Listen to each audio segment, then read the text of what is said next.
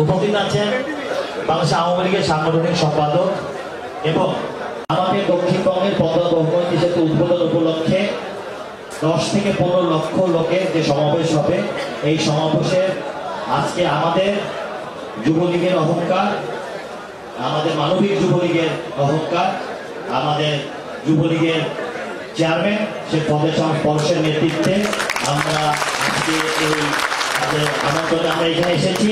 আমাদের যুবলীগ থেকে 400 স্বেচ্ছাসেবক থাকবেন এবং আমি মনে করি নিরাপত্তা আপ্যায়ন সহ যুবলীগ পুরো জনসভাকে তাদের নিয়ন্ত্রণে নিয়ে জননেত্রী শেখ হাসিনা জনসভায় আমরা মনে করি এই জনসভা আমাদের যুবলীগের নেতৃত্বে থাকবে এবং আমরা এই 10 লক্ষ লোককে আপ্যায়ন সহ তাদের সেবা করব আমাদের যুবনেতা শেখ ফজলে শামস পরশের নেতৃত্বে ইনশাআল্লাহ।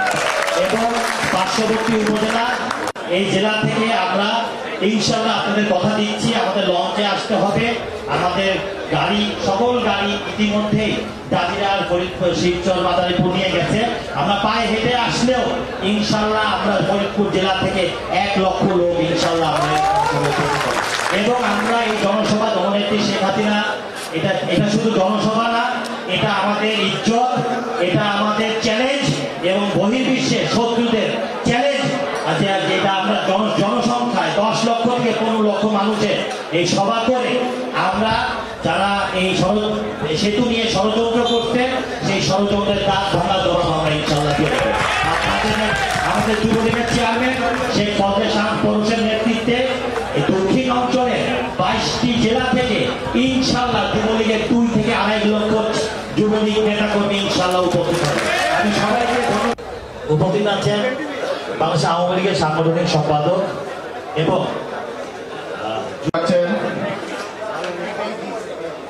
বাংলাদেশ গণপ্রজাতন্ত্রী বাংলাদেশ সরকারের মাননীয় এনামুল হক শামীম এমপি,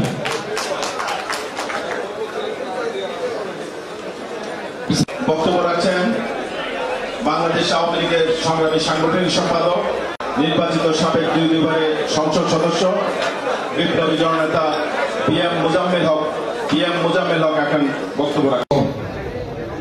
আমি জনসভা নিয়ে বেশি কথা বলবো। বৃষ্টি হলে কি করবে?